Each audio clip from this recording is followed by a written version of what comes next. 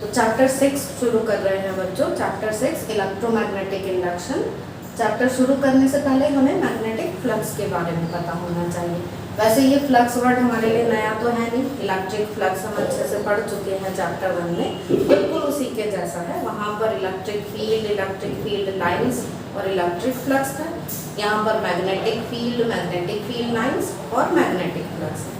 फिर भी इसको समझ लेते हैं। फ्लक्स से हमें सेंस आती है कि कुछ भी कंटिन्यूसली फ्लो हो रहा है, ठीक है। जैसे रिवर में पानी का फ्लो हो रहा है, जैसे हीट का फ्लो है। तो ये सब जो फ्लो हो रहे हैं, अगर इनके पाथ में कोई एक ऐसे एरिया आ जाए तो ये उसको क्रॉस करके जाएंगे। तो वही अमाउंट जो होगा, जितना क्रॉस होगा इस एरिया को, उसी को क्या बोलते हैं हम? फ्लक्स बोलते हैं। अब यहाँ पर हम बोल रहे हैं मैग्नेटिक फ्लक्स, मतलब मैग्नेटिक फील्ड लाइंस जा रही हैं किसी सोर्स से, और उन फील्ड लाइंस के रास्ते में कोई एक एरिया आ गया है, तो मैग्नेटिक फील्ड लाइन इसको क्रॉस करके जाएंगी। और मैग्नेटिक फील्ड लाइन किसको रिप्रेजेंट करती है? मैग्नेटिक फील्ड को। तो कितना अमाउंट ऑफ मैग्नेटिक फील्ड इससे क्रॉस हुआ, वही क्या होगा? Magnetic flux. तो बस यही है magnetic flux, amount of magnetic field passing through an area. अब इसको हम मैग्नेटिक फील्ड लाइंस के नंबर से भी डिफाइन कर देते हैं कि it is the number of magnetic field lines passing through an area. बस ये है कि नंबर जो है वो ऐसे काउंट तो हम नहीं कर सकते, क्योंकि मैग्नेटिक फील्ड लाइंस तो कितनी भी हो सकती हैं।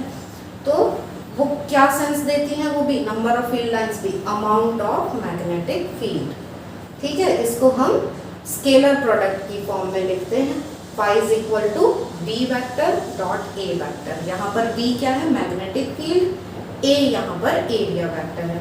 तो एरिया वेक्टर भी समझ लेते हैं कि कोई भी एक ऐसे जैसे सरफेस है, हम बोल रहे हैं इससे मैग्नेटिक फील्ड लाइन पास हो रही है, तो एरिया वेक्टर इस सरफेस के परपेंडिकुलर होगा।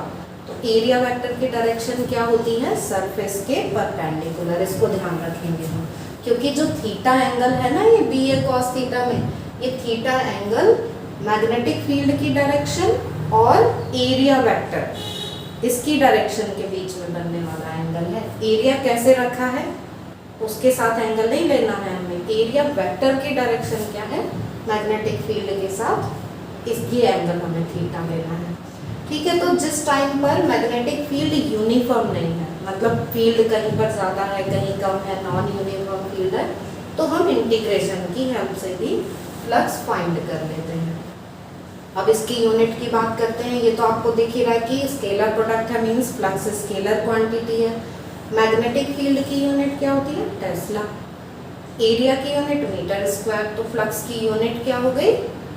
Tesla metre square, SI unit. इसको हम वेबर भी लिखते हैं, WEBER वेबर, ठीक है।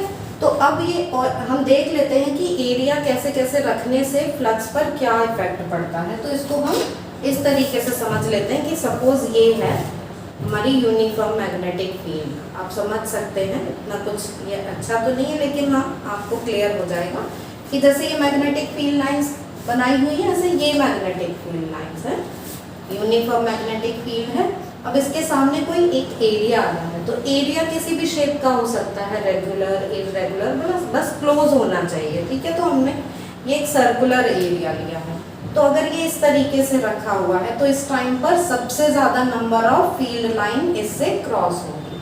दिख ही रहा है ना हमको, सबसे ज़्यादा फील्ड लाइन इस कंडीशन में क्रॉस होगी। और इस कंडीशन में एरिया वेक्टर की डायरेक्शन क्या होगी? इस सरफेस के परपेंडिकुलर, मतलब ये वाली डायरेक्शन एरिया वेक्टर की हो गई। तो एरिया वेक्टर इधर और ये मैग्नेटिक फील्ड भी इधर। तो थीटा कितना है इस टाइम पर? 0। थीटा 0 है, तो cos 0 की वैल्यू क्या होती है? 1। इसलिए फ्लक्स कितना आ गया? BA। मतलब इस टाइम पर मैग्नेटिक फ्लक्स जो है वो मैक्सिमम होगा। कहें हम कि मैग्नेटिक फील्ड लाइंस जो हैं वो इस टाइम सबसे ज़्यादा इससे क्रॉस होगी। अब इस कंडीशन में आ जाते हैं, ये रखा है हमारा ऐसे ही मैग्नेटिक फील्ड, एरिया जो ऐसे था वो इस तरीके से हो गया। अब ये ऐसे एरिया हो गया, तो एरिया वेक्टर की डायरेक्शन हो गई इधर सरफेस के परपेंडिकुलर। तो थीटा कितना हो गया? 90 डिग्री, क्योंकि मैग्नेटिक फील्ड इधर, एरिया वेक्टर इधर।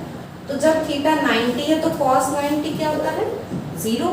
इसलिए इस टाइम पर आप देख सकते हैं कि कोई फील्ड लाइन इससे पास नहीं होगी, और कोई फील्ड लाइन इससे क्रॉस नहीं हो रही है तो फ्लक्स कितना है, 0।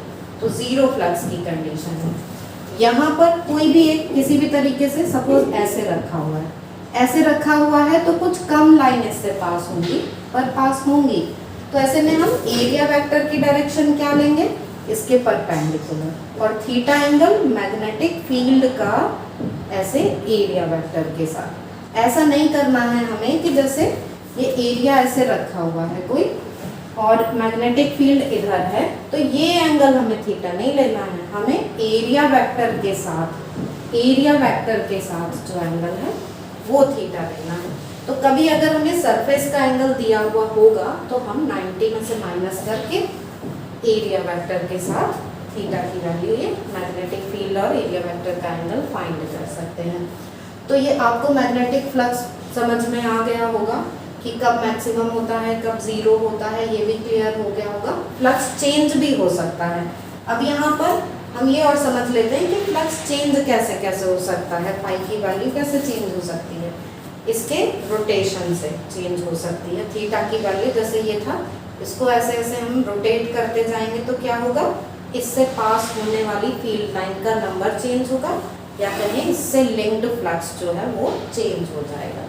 ठीक है, तो फाई के चेंज होने के लिए बी, ए और थीटा तीनों को हम ऐसे ले सकते हैं कि अगर इनमें कोई चेंज आएगा तो फ्लक्स भी चेंज, मतलब मैग्नेटिक फील्ड अगर वेरिएबल है, मैग्नेटिक फील्ड की वैल्यू चेंज हो रही है तो भी फ्लक्स चेंज हो जाएगा, एरिया को कम ज़्यादा कर रहे हैं तो भी फ्लक्स चेंज हो जाएगा। और दूसरा, ये दोनों फिक्स रहे कि ना तो मैग्नेटिक फील्ड में कोई चेंज आए ना एरिया में, जैसे ये है कि ये भी फिक्स है ये भी फिक्स है, तो इसके थीटा को चेंज कर दें तो फ्लक्स चेंज हो जाएगा। क्योंकि इस चैप्टर में यहाँ पर ये इंडक्शन वर्ड जो है वो किससे रिलेट कर रहा है, मैग्नेटिक फ्लक्स के चेंज होने से रिलेट कर रहा है। तो मैग्नेटिक फ्लक्स को चेंज करने का एक तरीका क्या है कि जो एरिया है ऐसे उसके लिए हम थीटा चेंज करते जाएं, तो थीटा चेंज करेंगे तो ये जो नंबर फील्ड लाइन इससे पास हो रहा है वो चेंज हो जाएगा, मतलब फ्लक्स चेंज होगा। और फ्लक्स के चेंज होने से ही ये चैप्टर हमको आगे बढ़ाना है कि ये उसी पर ही बेस्ड है। चैप्टर 4 में आपने ये पढ़ा था कि ऑस्टेड एक्सपेरिमेंट में कि करंट का एक मैग्नेटिक इफेक्ट होता है, यहाँ हम उसका रिवर्स पढ़ने वाले हैं कि मैग्नेटिक फील्ड से भी करंट बनाया जा सकता है। मतलब जैसे करंट से मैग्नेटिक फील्ड बन सकती है, वैसे मैग्नेटिक फील्ड से करंट भी बनाया जा सकता है, क्योंकि इलेक्ट्रिसिटी और मैग्नेटिज्म ये कनेक्टेड है आपस में।